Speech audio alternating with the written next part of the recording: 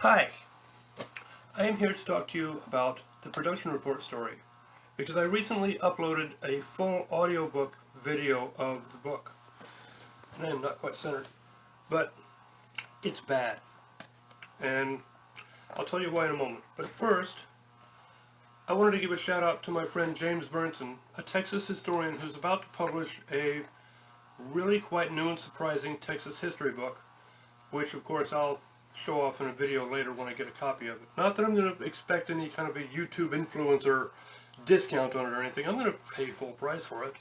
But I just wanted to let him know that I am anticipating this book and I will show it off in a video for you to give you some airtime on the internet. Give that word of mouth advertising that everyone so ardently cherishes. But also I wanted to say that look, I found out I have a copy of that book.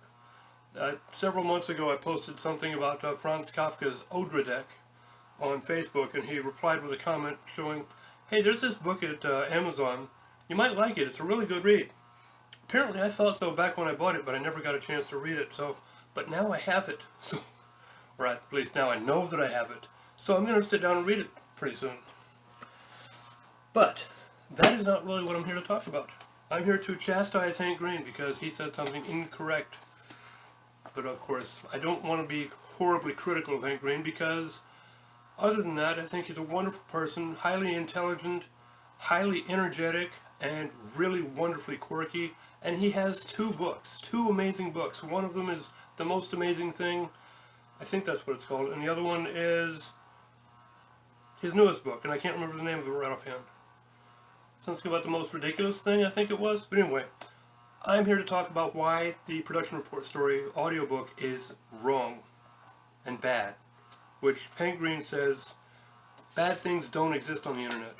I replied, he said that in a tweet, or replied to a tweet or somewhere, but I replied back to it that no, bad things still exist, they just remain unseen, because if people don't see it at the very first time it gets recommended, then it doesn't get any further recommendations, in which case then it just continues to exist in its one little isolated spot, and it doesn't show up on anyone else's YouTube recommendations or Twitter push notifications or Facebook suggested posts, any of that stuff.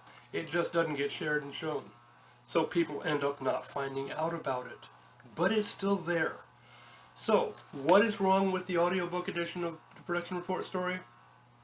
First, let me talk about a subtle little element of the story.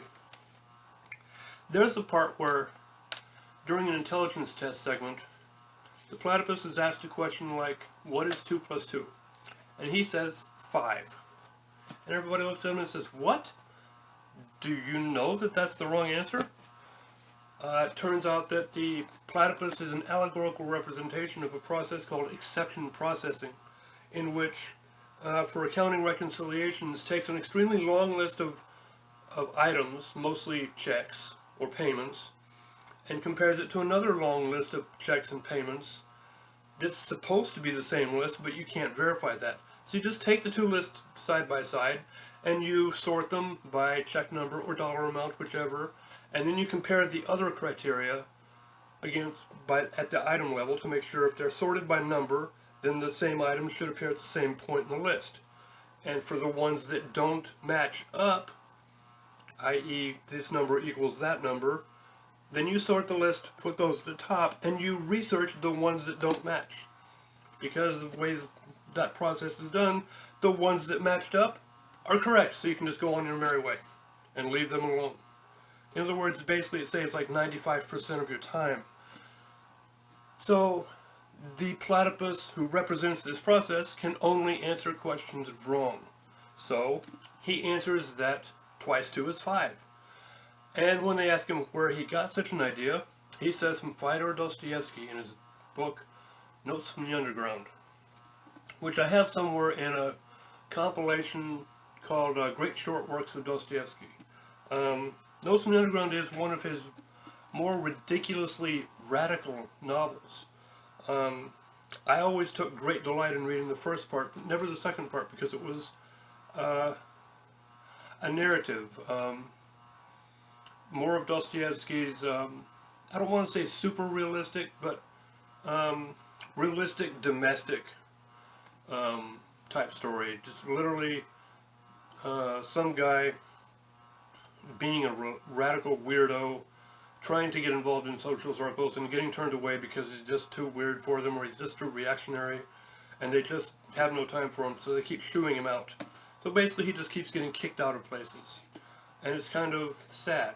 But the part one is very revolutionary because he talks about the notion of truth and whether or not it's okay to refute it. And I want to read something from my book, plug here, shameless self-promotion, see, where I talk about the excerpts from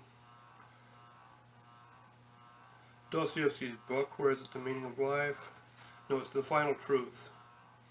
The thing I wrote called The Behemoth Saga. It is basically the blogs that I wrote for a blog page called Bread and Circles, which I wrote with Harry Lowry and Leigh Lutz, and a couple other people I can't remember. Yes, I can't remember who they are. They may be listed in my acknowledgements here. Where is my acknowledgements? Further forward. Because it's important that I represent them by name when I give a shout out to them. Harry Lowry, Leigh Lutz, Reva Mercado, and another guy called DracironSmith. He's on Twitter. I'm sure he'll see this video and say, "Oh my God, you do remember? Yes, we got to argue about Texas politics, and you kind of ghosted me." Actually, it turns out that you ended up in jail for some kind of civil rights violation. But anyway, I'm sure you'll recount that story in Twitter replies later. So I wanted to read a bit from the Behemoth Saga, which is what I wrote for Bread and Circles. And I'm going to have to edit out that delay thing, or maybe I can spruce up the time on it and make it faster while I blindly struggle with my book, which I'm supposed to have memorized. You'd think I'd know better. Anyway, so let me read.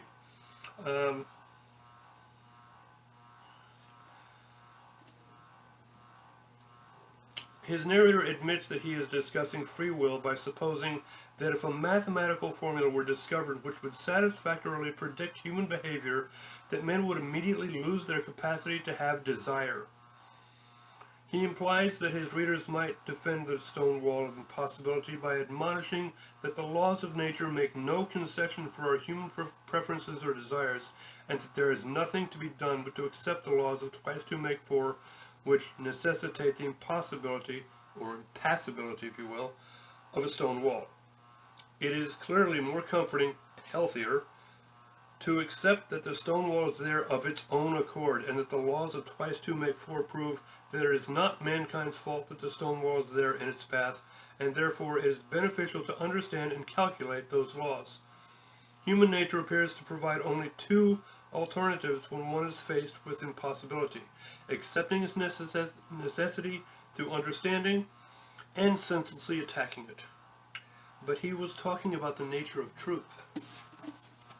Now that is what I said in part 1, and then in part 3, which unfortunately I have to read. Do I have to read the beginning part? To define truth is nothing more than the set of all facts. Now that's where I get all Wittgensteinian. By the way, Harry Lowry hated my study of Wittgenstein. He always thought that he was a hopeless hack who said nothing more than the truth. No, he's tautologies. He was accusing him of saying nothing other than what's the case. Anyway, but that's Harry for you. As I stated in my first entry, Dostoevsky's narrator was talking about the nature of truth in his discussion about twice two makes four and the stone wall of impossibility. He concludes his discussion with a defiant statement which cannot be accepted as truth, and yet defines certain factual elements of reality as untruths. He said, "But twice two makes four is for all that a most unsupportable thing. Twice two makes four is, in my humble opinion, nothing but a piece of impudence. Twice two makes four is a farcical dressed-up fellow who stands across your path with arms akimbo and spits at you. Mind you, I quite agree that twice two makes four is the most excellent thing, but if we are to give everything its due, then twice 2 makes 5 is sometimes the most charming little thing, too. What he's reacting to in Notes in the Underground is the publication of a book by his friend Nikolai Chernyshevsky called What's to be Done. It was a utopian socialism novel where Chernyshevsky basically described an engineer and a seamstress who were living in a community where their factory has been shut down and everyone's unemployed, and they decide to get together and open up a dressmaking workshop to get everyone back on employment rolls. And so they buy this property and they get a bunch of sewing machines and they pretty much put everyone to work in it, and everyone turns out to be happy. The narrative in that book was pretty trite. I used to describe it as piss poor narration because it was just unexciting and everything was just so predictable and trite. But apparently at the time that he wrote this book, it was a very revolutionary thing to say for the people to own their own rights. You have to remember that at the time, Russia was still living in serfdom. So literally, the people in the communities of Russia were literally only existing in order to support the aristocracy. So for people to actually buy their own property, turn it into a business, and pay their employees directly from the profits of their business was radical and horrifying to the aristocracy, of course. But that's why they arrested Dostoevsky, because he wrote a book that said not quite the opposite, but that their philosophy was correct, just their treatment was wrong. Anyway, so not to get onto any kind of a soapbox about it, but the production report story, the platypus says twice 2 is 5, and that's what he's talking about. He actually references the Dostoevsky book in the narrative, but there are so many reasons why I could not publish this with full copyright, because as I've said in, I think, previous takes of this video that I will never see, because they were bad, and Hank Green was right. But that I quoted the entirety of Rush Hemispheres in the narrative. I quoted a large portion of Molly Hatchet's Flirtin' with Disaster. I quoted the entirety of the Schoolhouse Rock classic, I'm Just a Bill. I quoted a large portion of Cat Stevens' song, If You Want to Sing Out, Sing Out, from the movie Harold and Maude. By the way, he eventually put that on a Greatest Hits Volume 2 album, so he's actually got his own recording rights to it now too. So there are several lyricists that I literally plagiarized, especially Neil Peart, because I quoted the entirety of Hemispheres. So I just put it up as Creative Commons rights. But again, it's a song. You know, I'm going to claim fair use because it's not detracting from the market for the song, because people who read this story or hear me reading it in an audiobook are going to want to go out and get the album to hear the song, because it's going to remind them what a great song it was. The same thing is true with the If You Want to Sing Out, Sing Out. In fact, I may put a link to the Greatest Hits Volume 2 in my description just to make sure people can find it. But also I wanted to show off how badly beaten the book is. There's somebody who once said that books should remain pristine and be well cared for and look like they have never been opened. If a book looks like it's never been opened, what do you think has happened to it? Nobody read it. If a book looks like it's never been opened, that means its pages have never been folded back. And then nobody thought to try and read the words at the left and right margins in the crease, because they didn't fold the spine to get that delightful bend in it that damages the outside lamination. But you know what? Books are made out of paper. They age anyway. And books are meant to be used hard because they can be replaced. So yes, this book has been treated very badly, and deservedly so. I've read it a lot. I've used it somewhat as source material for further writings, but it can be replaced, especially since it's just a mass market size paperback. Not much here. But anyway, so it's a short book. If you do try to get into the audiobook, remember to, when I redo the audiobook video, I'm going to redo it, not all in the same day. I think that's part of the problem, is I tried to record all the segments in the same day and not give myself a break of a day or so, or even a week between them. But I've got to redo it. It's just bad.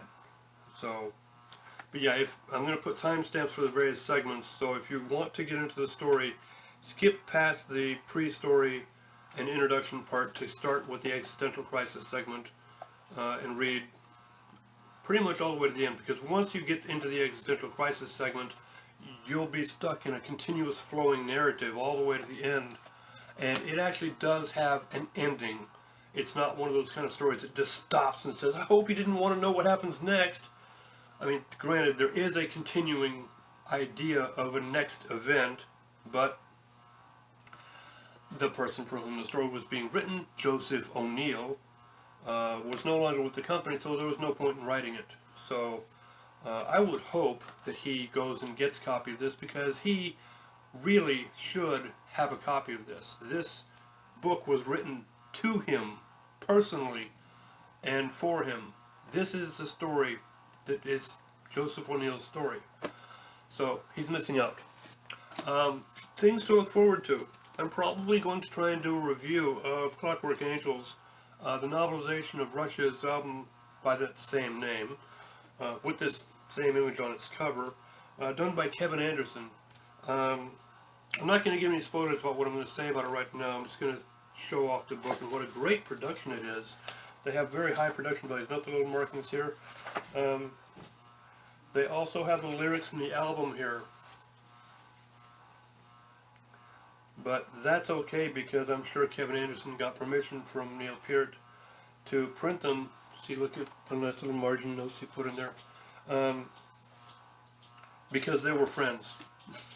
Plain and simple, it was the, oh sure, he has clout. But yeah, I'm going to read this, James. And remember, no coffee was harmed in the making of this video. Note, there are no profane words on my cup this time. And don't forget to buy me moon pies. Am I done yet? This part added on, I forgot to mention in the tweet to Hank Green, I said something about Martin Heidegger's aletheia theory. It's a Greek word, so I'm not sure if I'm pronouncing it right, but I bought this many years ago, Martin Heidegger's Basic Writings. You see what a great pristine copy it is? You know what that means? That means I've never read it. But yeah, Martin Heidegger's theory is also called the unconcealment theory, that the truth will be revealed to those who seek it. And I think that's what I was trying to get at with Hank Green. But I also needed to say what is actually bad about the production report story audiobook edition version. I mispronounced syllables throughout the entire reading.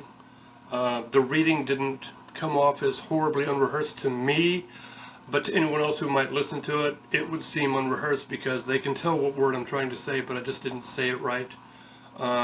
Also, one of the song lyrics quotings, I think it was Cat Stevens, I gave it a sing-song delivery, kind of like the song except not singing, and it really sounded horrendous, so I've got to redo it and not do that.